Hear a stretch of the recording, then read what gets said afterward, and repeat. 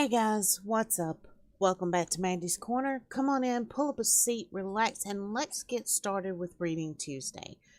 As I had said in another video, we used to do, Rise Tuesday every week. We're gonna start doing,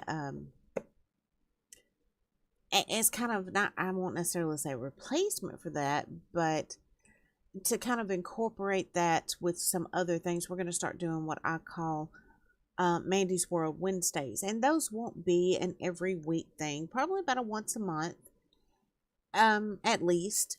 But they will be to update you guys on everything Rise, Sandbox, Corner Pub, all of those wonderful things, and to continue our interviews with the amazing content creators and streamers that are part of Rise. So on Tuesdays, what I want to do is, kind of go back to my writing roots a little more with, pick a book out and read it to you guys over several episodes. I figured might as well, since the release of Rise Mind Over Matter is later this week, might as well make Rise the first book we do. And, this won't be, just a constant thing. We'll pick a book and we'll read it over a few episodes, and then we may wait a week or two before we pick another one and do it. But this week, let's go ahead and start with Rise by Mandy Collins Moore. And I do apologize, my throat is a little scratchy, so if I sound funny or stumble over my words, I do apologize, and hopefully my little birds over here will be quiet in the background. Okay, here we go with Rise. The bearded man looked back at his map once again, then back to the street signs, obviously confused and frustrated. Glancing around the busy street and sidewalk, he noticed a young man sitting alone at a table outside a small coffee shop. "Excuse me," he said in his thick accent as he approached the young man. "Sorry to disturb you, but I seem to be a bit lost." The young man took a sip of his coffee before answering.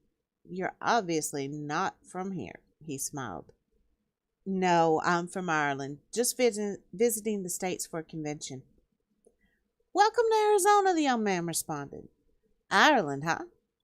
I pick up a bit of an Irish accent, but there's something else in there, too." The bitter man chuckled. Very observant. Ireland by way of Germany. Moved to Ireland several years ago. Makes for a funky accent." "Not at all. It's kind of cool. Bet the ladies like it," the young man gave him a wink.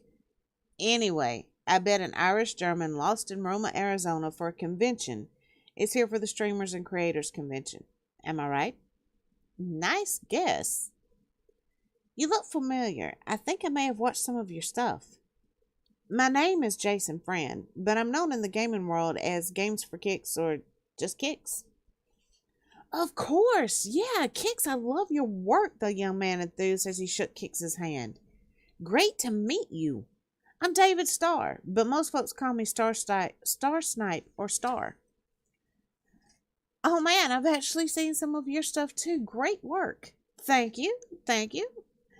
"Well, I'm heading to the convention myself, so stick with me, and we'll be there in no time." Kit grabbed himself a coffee and newspaper from the coffee shop before they set off toward the convention.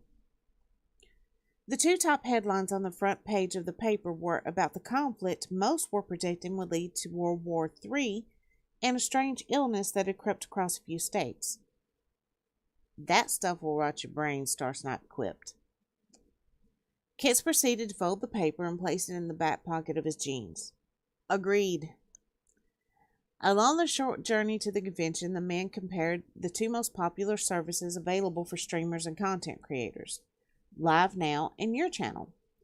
Both have become wildly popular over the past few years and almost essential to many online personalities, not just gamers.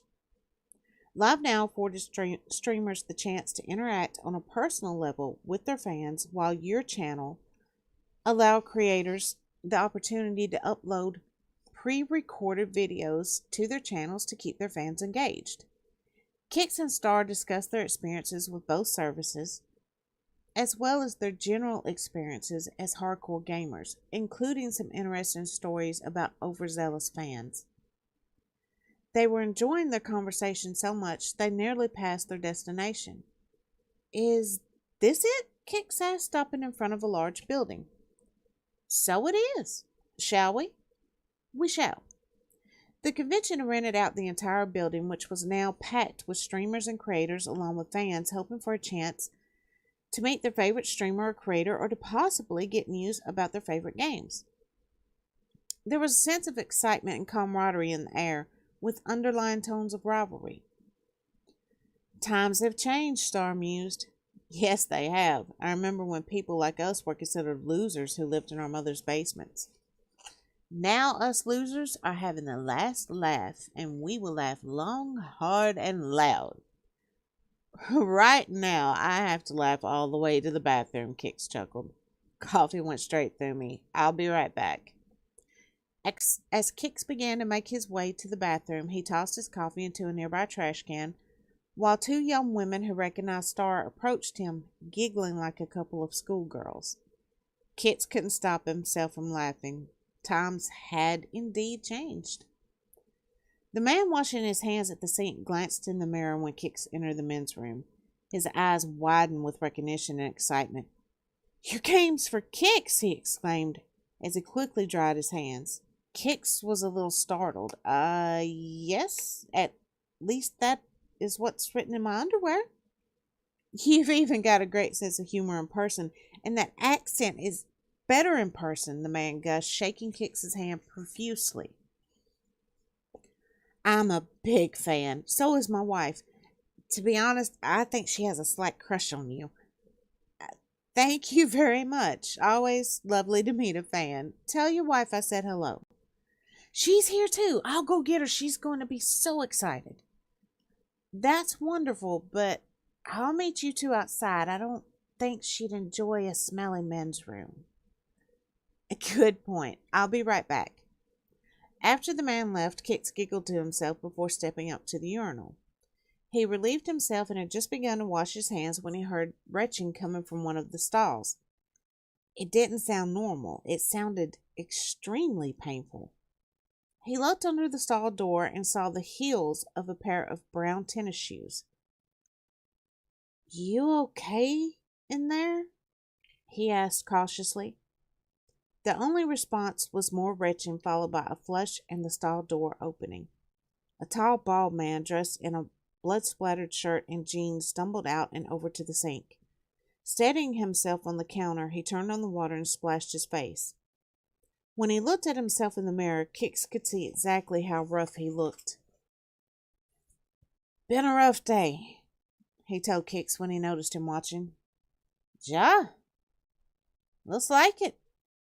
Are you going to be okay? Can I do anything or get anyone for you?"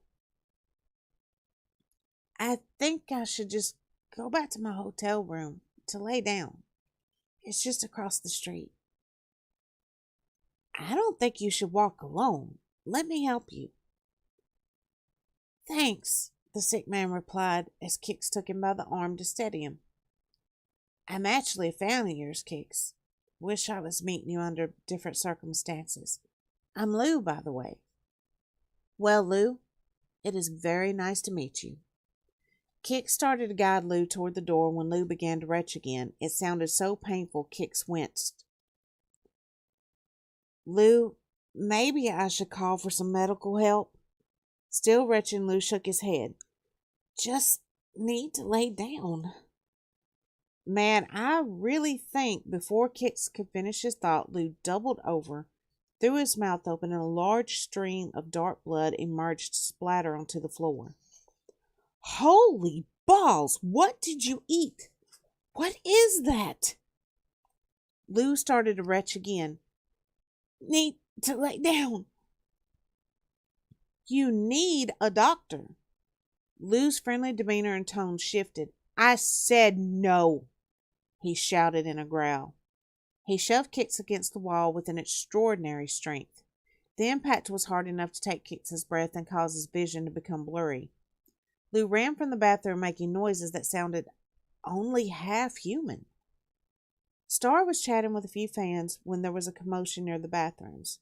A security guard was trying to calm down a tall, bald gentleman. Star noticed the man looked ill and was behaving erratically. He lunged at bystanders. People slowly backed away. The man made strange noises at them. "Wonder what that's about," one of the men with Star speculated. Probably some sort of stunt the convention set up," Star replied.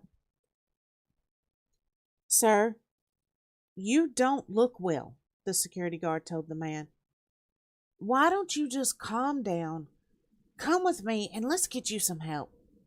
The man slowly turned away from the gawking bystanders to face the guard, who gasped when he saw the man's face. In a matter of just a minute, his appearance had deteriorated considerably. He looked more ill than he already had, and a nasty sore had begun to form running from his temple down his cheek. Sir, you're scaring everyone, and I think you really could use a doctor. Come with me, I'll get you some help." The man seemed to calm a bit, slowly moving toward the guard. Then he began to twitch and lunged at the guard, sinking his teeth into his neck. The guard managed to break free and tase him while people around them screamed and scattered. A woman with Star giggled in amusement. "Pretty realistic looking stunt." "Almost too realistic," Star remarked with concern. "Maybe you guys should move toward the exit, just in case. I need to go find my friend. Excuse me."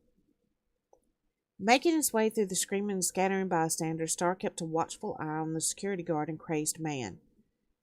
To reach the men's room to find Kix, he had to pass right by them, and he wanted to be well aware of anything they might do. He was almost directly behind them when the guard tased the man again. It barely slowed him down. A voice came across the guard's handheld radio asking what was happening. "I tased him, but the bastard just keeps coming." The guard strained to say, all the while delivering another jolt to the man, who simply stumbled backward before advancing toward the guard again. Star was amazed the guard could speak at all with the gaping bite wound in the side of his neck. Star quickly slipped into the men's room, where he found a groggy Kix sitting on the floor, rubbing the back of his head. "Jesus, Kix, what happened?" "This big bald guy was sick. When I tried to help, he got pissed for whatever reason." "I think he's still pissed," Star informed him as he helped him to his feet. Kix heard screaming from the other room. "What's happening?" "I think your friend is also crazy. He attacked a security guard. People are panicking. Got a bad feeling about this whole thing. Perhaps we should leave." "My man, you read my mind." Upon stepping out of the bathroom, Kix and Star discovered things had gotten horrifically worse. The guard was flat on his back on the floor, his crackling radio still in his hand. His eyes stared up at them blankly as Lou chewed on the intestines he had pulled from his belly. Star and Kix jumped back before noticing Lou wasn't the only one engaging in a cannibalistic snack. One of the women Star had spoken with earlier screamed as a group of people pulled at her and bit her. A man was holding someone's severed hand, eating the fingers as if they were appetizers. Then Kix saw the enthusiastic fan he met in the men's room. He was gnawing on the arm of a woman Kix assumed was the wife he told him about. Star watched in disbelief as people trampled each other trying to get out. "We'll never get out of here." "Perhaps we should try to get to the second floor. Maybe find a fire escape. We can't stay here," Kix stated. Star surveilled the room. "Over there," he said, pointing to a door across the room. The sign above it indicated it led to the stairs. Kix evaluated the chaos lying between them and that door. Then he spotted a few folding metal chairs leaned against a wall near them. Grabbing two and handing one to Star, he instructed him to swing at anyone who tried to grab him. "Don't worry. I have every intention of effing them up." "Then let's do this." Okay, guys, I'm going to leave it right there for this week. I was going to go a little further, but my throat is really raw. I'll try to make it quite a bit longer next week. We'll get a little deeper into Rise. And guys, I really appreciate all the support you have shown me and Rise and my channels. You guys are so awesome. Don't forget, the next installment in the Rise series, Rise Mind Over Matter, will be out later this week. Make sure you grab your copy. You can pick those up on Amazon or my website. And again, guys, I can't thank you guys enough. All right, guys, I am out of here for now. Until next time, catch y'all later. Bye-bye.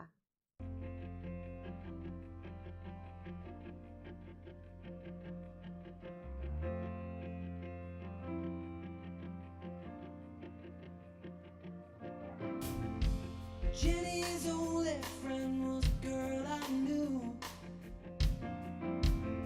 Oh, how we all want to be a star. She worked at the Sideshow Cafe on 2nd Avenue. Taking 5 every 10 wasn't going too far. Oh, well, these people